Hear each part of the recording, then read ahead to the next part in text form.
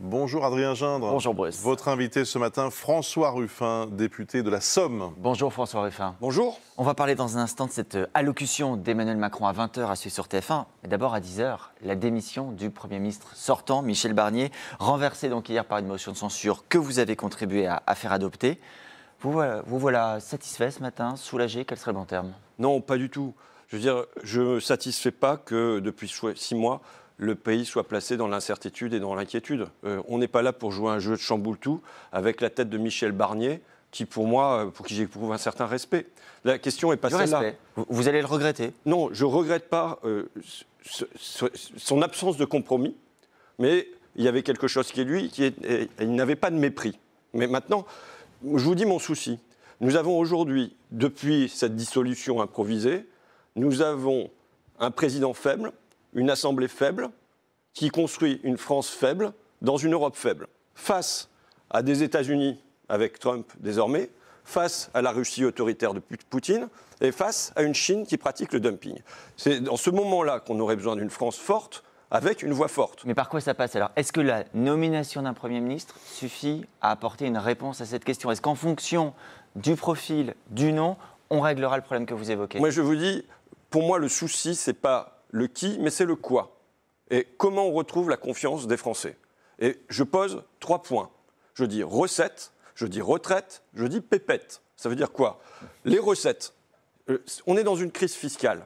Parce que Bruno Le Maire et Emmanuel Macron ont creusé le déficit à la pelleteuse depuis maintenant 7 années. Bon, il s'agit de retrouver des recettes fiscales. Ça veut dire des impôts. Ça veut dire des impôts, ça veut dire simplement que dans notre pays, le capital doit être taxé au moins à l'égal du travail. Il faut que dans notre pays, les petits payent petits et que les gros payent gros. Il faut qu'il y ait, par exemple, comme première mesure, le retour d'un impôt de solidarité sur la fortune qui ne touche pas seulement les millionnaires, mais aussi les milliardaires. Et je vous le dis, ça c'est dans un... François Ruffin, c'est très important ce que vous dites, mais ça veut dire qu'en posant dès le départ des conditions sur le fond, on ne crée pas les conditions d'un compromis, d'une discussion, d'un élargissement. Il y avait une formule il y a quelques mois qui avait fait réagir, c'est-à-dire tout le programme du nouveau Front populaire, rien que le programme. C'est pas du tout ce que je viens de vous dire, puisque je ne vous dis pas 640 mesures, je ne vous dis pas tout le programme, je vous pose 3 mesures, je redis, les recettes, c'est une nécessité, sinon le pays va continuer à creuser le déficit budgétaire et c'est une catastrophe et on ne se donne pas les moyens d'agir. Les retraites, parce que ça a été non seulement une mesure antisociale... Donc ça, c'est abrogé à la réforme des retraites. À 64 ans, c'était non seulement une mesure antisociale qui a pesé sur les métiers physiques et populaires, mais antidémocratique, puisque c'était pris contre 8 salariés sur 10, contre tous les syndicats unis et contre une majorité de députés à l'Assemblée. Et enfin, les pépettes, c'est quoi? C'est que les Français doivent pouvoir vivre de leur salaire et pas en survivre. Et donc, là, il est question de l'indexation des salaires sur l'inflation, sachant que dans le privé, on a perdu aux alentours de 7% ces dernières années. Et vous savez, là, simplement, monsieur Gindre, je ne pose pas 640 mesures, je ne dis pas tout le programme, je dis 3, et ces 3 mesures, il faut mesurer à quel point elles sont consensuelles aujourd'hui dans la société française. Sur ces 3 points-là, c'est plus de 80% des Français qui disent oui, c'est du bon sens, c'est de la décence. Mais alors, je vous repose la question différemment pour être sûr d'avoir bien compris. Si ces 3 mesures sont endossées par un nouveau Premier ministre, on ne va pas faire la course au nom maintenant, mais est-ce que vous dites on est prêt à travailler avec tout le monde, pas seulement la gauche? Est-ce que ça peut aller jusqu'au bloc central, par exemple? C'est ce que Yannick Jadot, l'écologiste, disait hier. Il disait on pourrait faire un front républicain sans la droite, mais avec les macronistes.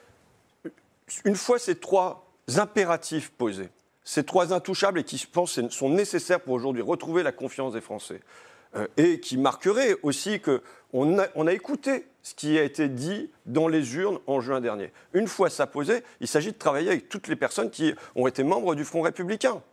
C'est là que se trouve une majorité possible. C'est là qu'il y a eu une majorité. Toutes les personnes membres du Front républicain, ça inclut, je le redis, les macronistes, le bloc central.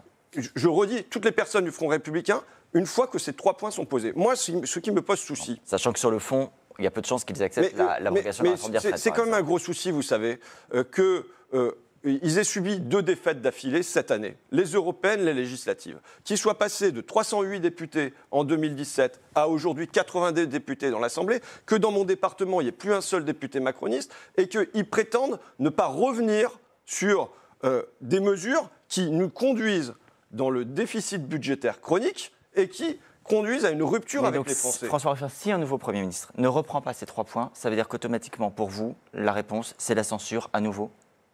Je ne vois pas comment un Premier ministre peut reconstruire de la confiance avec les Français sans accepter de bouger sur ces 3 points. On ne peut pas poursuivre la même politique qui est menée depuis 7 ans avec la même arrogance. Il peut, en n'étant pas du nouveau Front populaire, parce qu'en fait, les mesures que vous décrivez à l'instant, elles sont certes consensuelles pour une partie de l'Assemblée, mais elles n'ont pas de majorité absolue aujourd'hui. Mais je ne vous parle pas de l'Assemblée, je vous parle du pays. Ah oui, mais sauf que c'est l'Assemblée qui vote les lois, François Ruffin. C'est 80% des Français qui sont d'accord avec ça. Et je ne vois pas comment...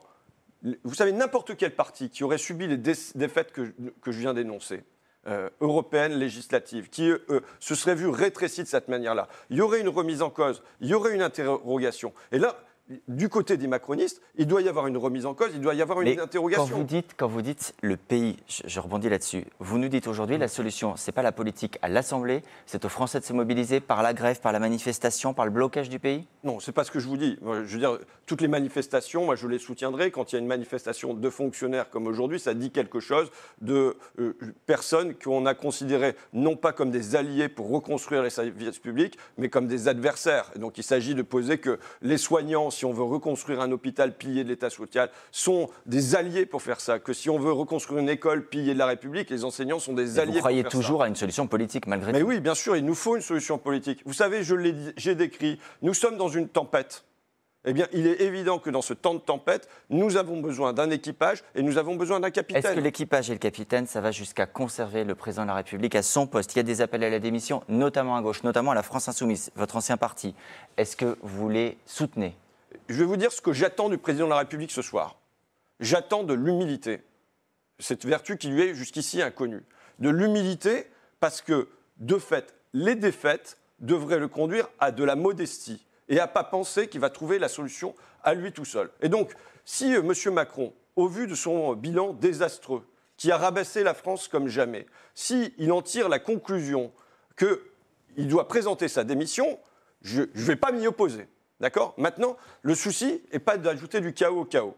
Si jamais il devait faire ce choix-là, qu'il ne le fasse pas de manière improvisée comme il a fait la dissolution, mais qu'au moins ça, son départ, il le planifie. Et qu'il nous dise 6 mois à l'avance, voilà, je m'apprête à partir parce que le pays n'est plus gouvernable et à ce moment-là qu'on ait le temps de présenter des projets aux Français. Quand même sur le nom pour Matignon, François Ruffin, vous dites la question c'est le fond et ce qu'on va faire. Il y a quelques mois, le nouveau Front populaire disait notre candidate c'est Lucie Castet. Est-ce qu'aujourd'hui, votre candidate à vous, c'est Lucie Castet? Ma préférence est Lucie Castet. Maintenant, je vous le redis, mon enjeu aujourd'hui, ce n'est pas de présenter des noms, des prénoms et des ambitions. Mon enjeu aujourd'hui... C'est pas à prendre ou à laisser. Oui, vous savez, cet après-midi, je vais chez Arcelor, à Reims, qui ferme 2 sites, là.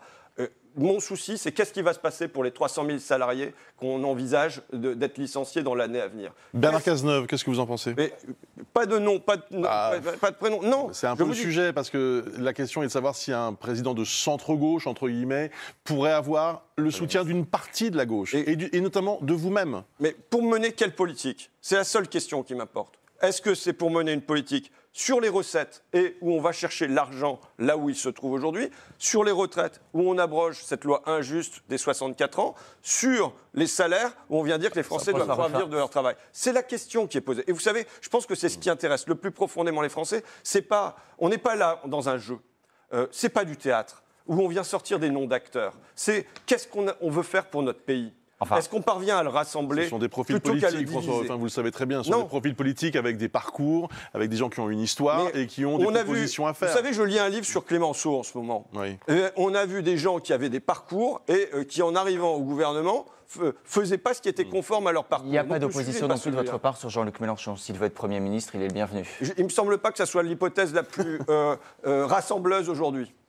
C'est une manière de le dire. Et en cas de présidentielle anticipée, après tout, vous vous préparez ou... Je l'ai dit, je l'ai redit, ma carte est sur la table. Et il s'agira qu'on trouve une solution qui rassemble pas seulement la gauche, mais qui rassemble aussi les Français. Oui, mais là, si ça s'accélère, il faut peut-être y penser maintenant. Il s'agira d'accélérer la préparation, comme on le fait pour un mondial peut-être. Mais là, aujourd'hui, ce n'est pas le sujet. Le sujet aujourd'hui, c'est comment... Non. Le sujet aujourd'hui, c'est comment... Ce n'est pas le bal des noms, des prénoms et des ambitions. Aujourd'hui, le sujet, c'est comment on retrouve... un capitaine, comment on retrouve un équipage, mais surtout comment on retrouve un cap avec, je le rappelle, ce qui me semble le plus sensible aux Français, recettes, retraite, pépette. J'allais le répéter parce que, à mon avis, ça va être une des formules de la journée. Merci beaucoup, François Ruffin. 3 lignes rouges, 3 impératifs. Merci, Adrien Gindre.